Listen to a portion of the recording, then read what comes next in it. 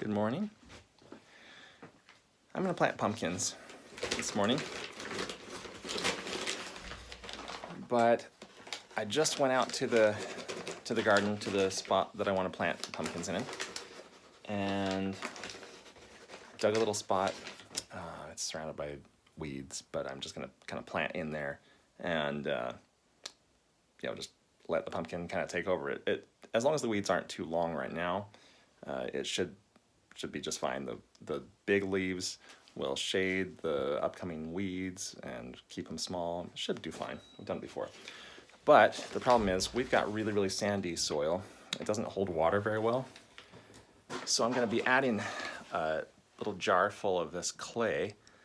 Not sure if that's forward or backward for you, but it's called bentonite. It's used for a lot of things, including sealing ponds. If you dig a pond and you have sandy soil, you can use this bentonite clay. Hey, beans. And when you get the clay wet, it swells up, and therefore stops the water from leaking out. Check out the flowers. It's always nice to just stop and appreciate them. The irises are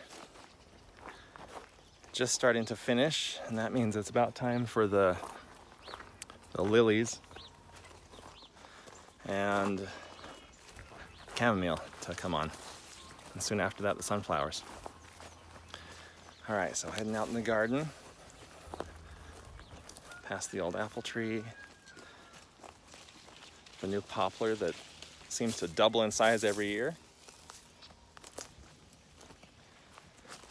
And here we are, out at and we used to use this as the garden spot a long time ago.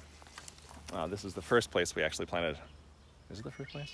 Yeah, I think it is the first place we planted a garden when we bought this house 10 years ago. The garden did fine here, and then we wanted to bring it a little closer to the house, so we kind of slowly migrated it that way. And instead we've been mostly planting trees and letting sunflowers and chamomile and other things that sort of naturalize easily take over out here. But as I mentioned, it seems like a good place for pumpkins. Now I'm actually a little late to be planting pumpkins. I probably could have put them in the ground. Well, it turns out about 2 months ago was our last frost, but it did hover around 38 to 42 degrees or so for quite a while, meaning nighttime temperatures. And of course in the daytime it got warmer than that, 60s and sometimes 70s. But it's been a weird spring, a little cold, a little damp. And in the past, when I've planted pumpkins and other squash, if I plant them a little late, like I'm doing now, here at the end of June, they seem to quickly catch up if the weather, if the weather's warm, and as always, the days are long. So it just, the plants just know, which is amazing to me. They just are built in with that ability to know what time of year it is, and so they quickly catch up. They sometimes don't put on as big a fruit or as many, but they do still grow quickly, and they do put on fruit, at least from experience. Okay, so got this jar of clay. Let me first show you the soil. Now, I put a little box around it just so I would be able to find it again. Hey, and look at that, there's an old pumpkin or squash seed in this dirt from a long time ago.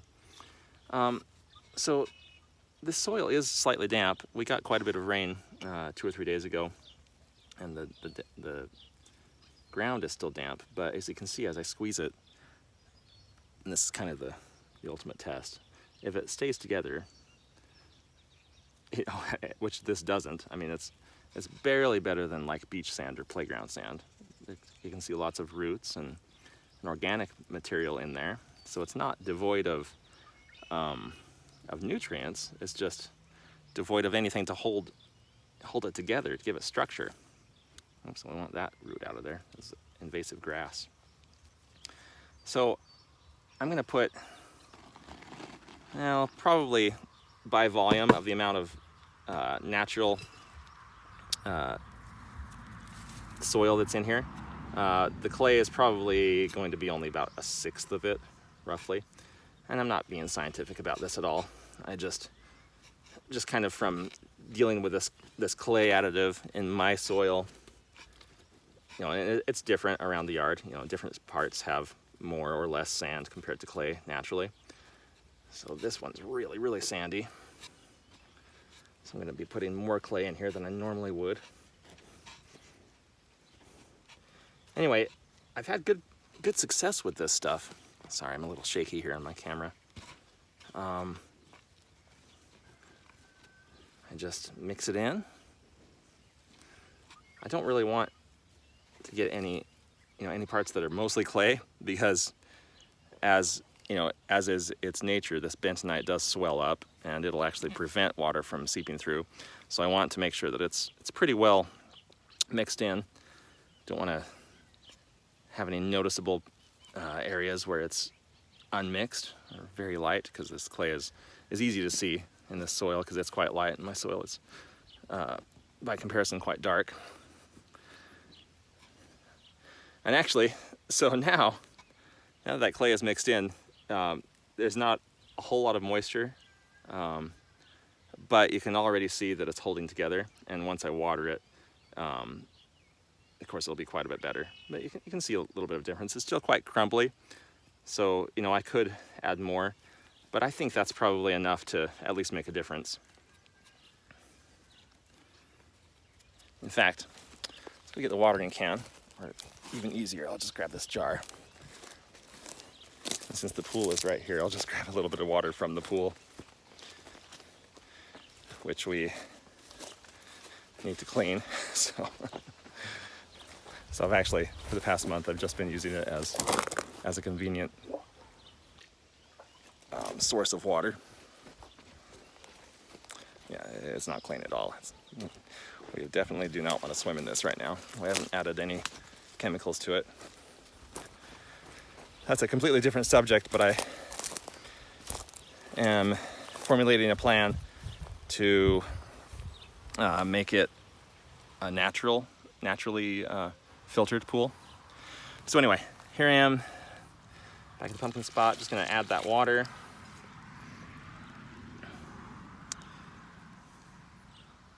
Already it's a huge difference. Normally that would have just gone right through the way that it would at the beach. Just mix it in a little bit. Wow. If you could feel this, the difference between this and my native soil in sandy places like this is incredible already. Basically just making a mud pie at this point. So I obviously need more water to make this really, it's got quite a bit of water holding capacity now. As you can see, I mean, I added probably half a quart of water to this little area, and that's pretty clay-like. In all honesty, I probably added a little bit too much clay now that I see it like this. That's quite clay. So I think I'll add some more organic matter. But considering its water carrying capacity at this point, I hope you're seeing a good angle there. Oh, sorry. Don't know if I was holding it up high enough. I think it's enough to just go ahead and make a little well.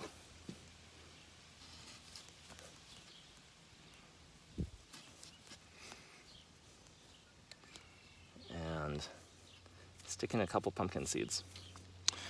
All right, now I've got my dirty hand, and so I'm gonna switch hands. Got my seed packet in my pocket.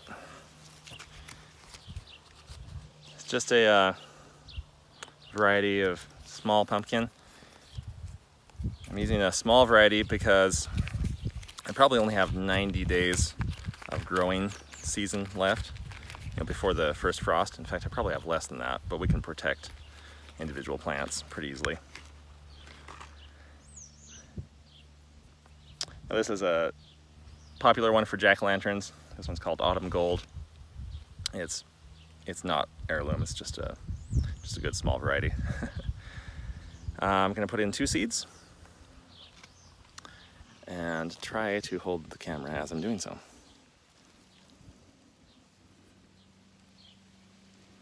Push them down about 1/2 inch and then cover them a little bit more than that. Altogether, I want them to be about 1 inch under the surface. Now, I'm not worried at all at this point about them drying out. In fact, this clay, whenever I'm talking about it, I always tend to forget the name of it just about as fast as I can think of it again. Bentonite, yeah, and then 10 more seconds I'll forget it again. Anyway, but bentonite is actually used to encapsulate tree seeds when they seed forests from airplanes, or also when they encapsulate other seeds. Anyway, bentonite is the kind of the clay of choice when doing things like that. So in a way, I've kind of encapsulated in a bigger form, encapsulated my pumpkin seeds with this bentonite clay mixed with my native soil. So I think it's just fine that I did a little bit too much bentonite, because now that's going to hold water like nobody's business. And I am going to add some of my organic matter.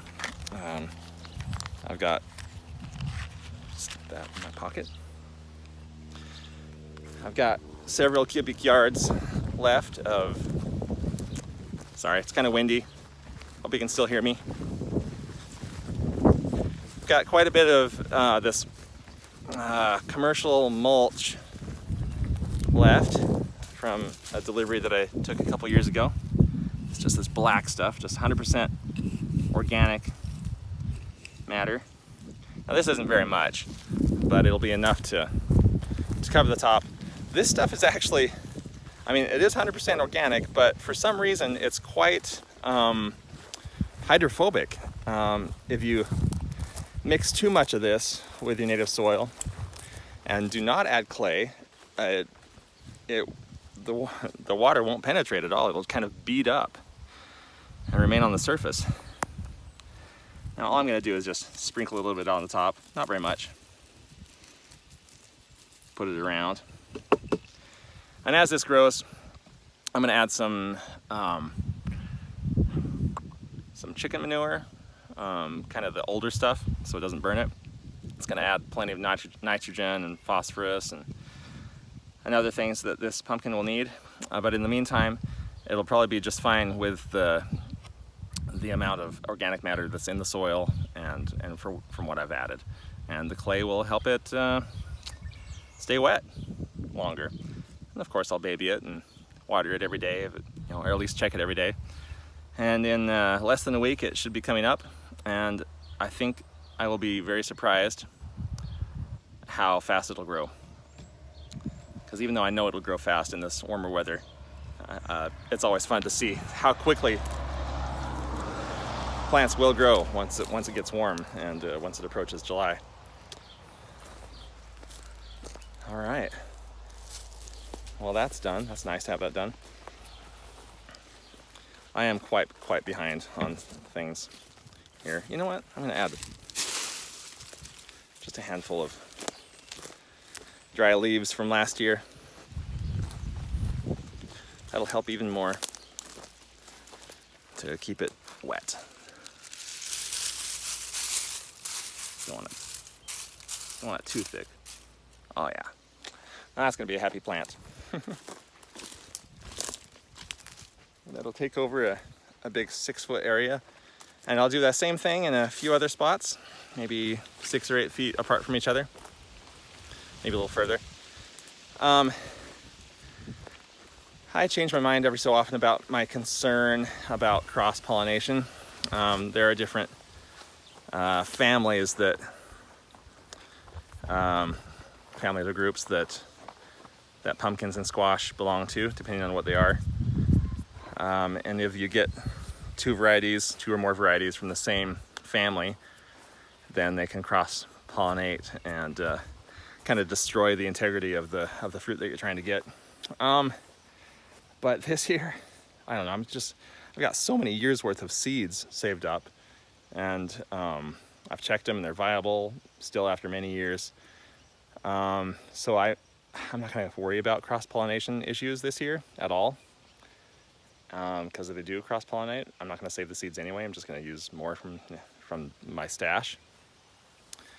And you know, if they don't cross-pollinate, great. If they do, then I might get a good thing out of it. I don't know. I'm not gonna worry about it too much. I find that the less I stress over gardening, the better I do, because the less I worry about it. Beans, you are so vocal today, my goodness. I used to stress about not only gardening, but just the idea of, well, what if the world comes to the end? I mean, not quite that, but worry about things that are out of my control, and that didn't do me any favors. Didn't help me be creative, didn't help me solve even the problems that I was worried about at the time. And I'm not saying I'm oblivious to those things or completely, you know, head in the sand type of attitude, but I in fact am quite aware. Maybe more so than I should be. Certainly more so than the average person, I would think. But I tend to try to focus more on the things that I can control now, and it's done me a lot of good. And I know that I'm healthier, I know that I'm happier now, which is partly why I've made 2 videos in a row in as many days, because I can do it and not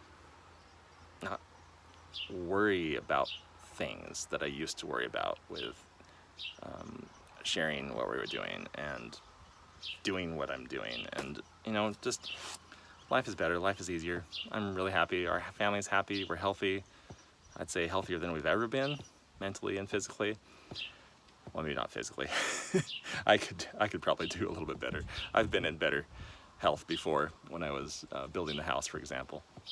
But I expect I'll be in peak health again as the summer goes on and I take on more and more physical projects, as I always do. But anyway, I just wanted to say that we're all doing well, and oh wow, and enjoying life, enjoying the flowers too. If I could describe to you real quick before I go, just how nice it is to have a variety of flower smells as we first walk out the door. It's just incredible, and it's one of my favorite parts about every single day. This is a columbine. As a kid, my mom used to just call them fairy flowers, and I think that's really fitting. They're just beautiful. Oops, I'm trying to, there we go. Show you the inside. Columbines smell like, almost like, I mean, obviously very floral, but almost like lemon zest. At least this variety does. And this is Rocky Mountain lupine, or lupin. And it smells almost, I swear, it's like salt and pepper mixed together. It smells salty and it smells peppery. It's really pleasant. And it has these cute little pea-like pods. And I've always loved the smell of snapdragons here that we have in pots. Every color seems to have a slightly different smell. These white lilies smell almost like vanilla whipped cream or something. I mean, it very much smells like a dessert. Incredible. And we walk out to this every morning when it's still cool outside and moist. It's just incredible. Hey kitties. All right, well, that's a good little project that I'll finish up today. First I'm gonna go in and get my hat. Don't wanna get a sunburn again. All right, I'll see you again soon. Thanks for joining me. Bye-bye.